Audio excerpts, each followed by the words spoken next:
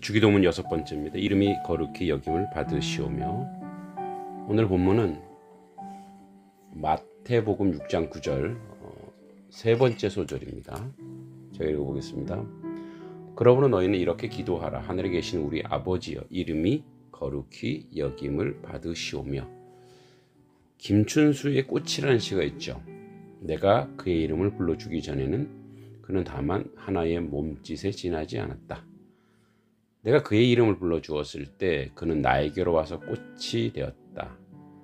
내가 그의 이름을 불러준 것처럼 나의 빛깔과 향기에 알맞는 누가 나의 이름을 불러다오. 그에게로 가서 나도 그의 꽃이 되고 싶다.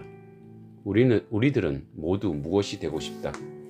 나는 너에게, 너는 나에게 잊혀지지 않는 하나의 의미가 되고 싶다. 이 시는 굉장히 존재론적인 질문입니다. 우리 하나하나가 아주 소중한 존재이기 때문에 그 존재에 맞게, 거기에 알맞게 불러져야 되지 어떤 다른 이름으로 획일적으로 불러져서는 안 된다. 이런 의미가 이 안에 있습니다. 오늘 이제 모범적인 기도가 있는데, 예수님이 우리 가르쳐준 모범적인 기도가 7가지 기원이 있습니다. 이 주기도문 안에는 먼저 이름이 거룩히 여김을 받으시오면은 그리스도의 모범적인 기도에 포함된 첫 번째입니다. 오늘 것이 바로 모범적인 기원, 7가지 기원 중에 첫 번째인데, 이제 이 주기도문의 7가지 기원이 의미상 셋과 넷 두 그룹으로 나누어집니다.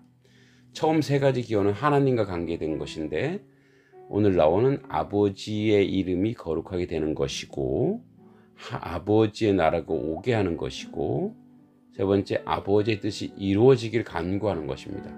그 뒤에 4가지 기원은 뭐냐면 우리 일상에 관한 건데, 일용할 양식을 주시고, 죄를 사하여 주시고, 시험에 빠지지 않게 해주시고, 악에서 보호받기를 원하는, 그리고 이렇게 나누어져 있습니다. 기원이. 오늘 이제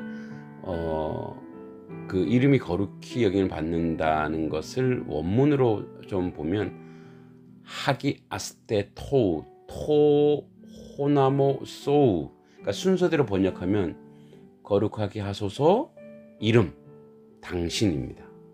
사실 이 당신이라는 말을 쓰지 않는데 우리 교단에서는 하나님을, 그러니까 어순대로 하면 당신의 이름을 거룩하게 하옵소서입니다. 그러니까 하나님의 이름을 거룩하게 하옵소서, 이런 뜻이죠.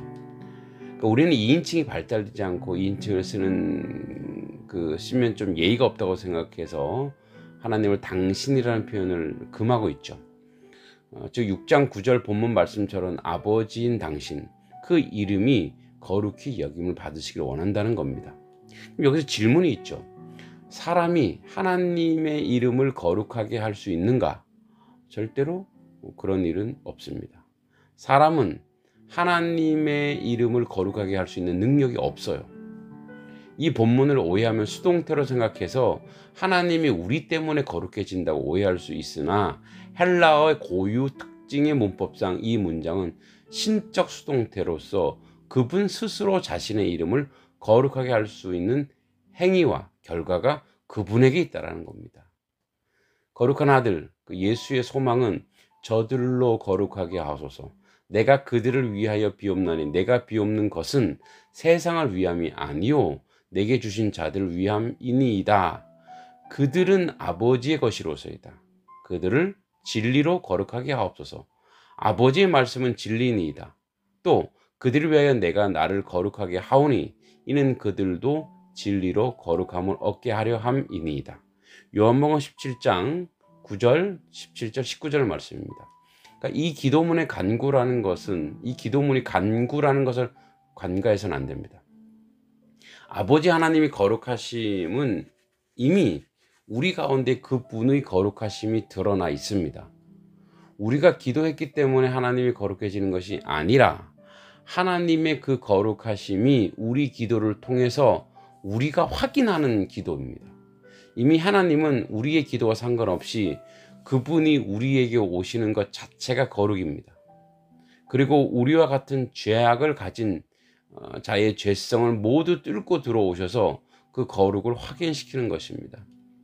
하나님의 거룩하심을 우리는 이 첫 번째 간구를 통해서 하나님의 거룩하심을 우리의 모습과 우리의 삶에서 확인하고 증명해야 합니다. 하나님이 거룩한 하나님이 거룩하시니 내가 거룩하게 사니까, 내가 거룩한 행동을 하니까 그분이 거룩해지는 것이 아니라, 그러니까 나로 인해 거룩해지는 것이 아니라 이미 거룩한 그 하나님을 우리가 우리의 일생을 두고 확인하고 증명하고 간증하는 것이 거룩한 삶입니다. 이 세상에는 이미 하나님의 임재가 편만합니다. 그리고 모든 자연물은 하나님을 증명하고 있습니다. 그분이 창조주라는 것을, 그와 마찬가지로 이미 선포되고 역사된 하나님의 그 거룩하심이 세상 가운데 있고 우리 가운데 있는 그것을 진리이신 그분의 말씀과 실제하는 진리이신 예수님을 통해서 우리는 확인하는 삶의 자리이고 간구가 이 기도인 것입니다. 그러니까 하나님의 거룩함을 우리가 이 땅에서 확인하는 기도인 거죠. 지금도 우리가 도덕과 윤리적인 삶의 내용을 가져다 붙여서 내가 그렇게 살면 나로 인해 하나님 영광 받으시겠지 오해합니다. 절대 아닙니다. 그것은 도덕과 윤리일 뿐입니다. 우리가 언제 거룩해지나요? 그것은 하나님의 이름이 거룩한 것을 내가 주체가 아니라 하나님의 주체가 되셔서 그 일로 나로 인하여 이루어가는 것이 하나님의 거룩함을 받으시니까 동시에 거룩한 하나님의 역사에 내가 동원된다는 겁니다.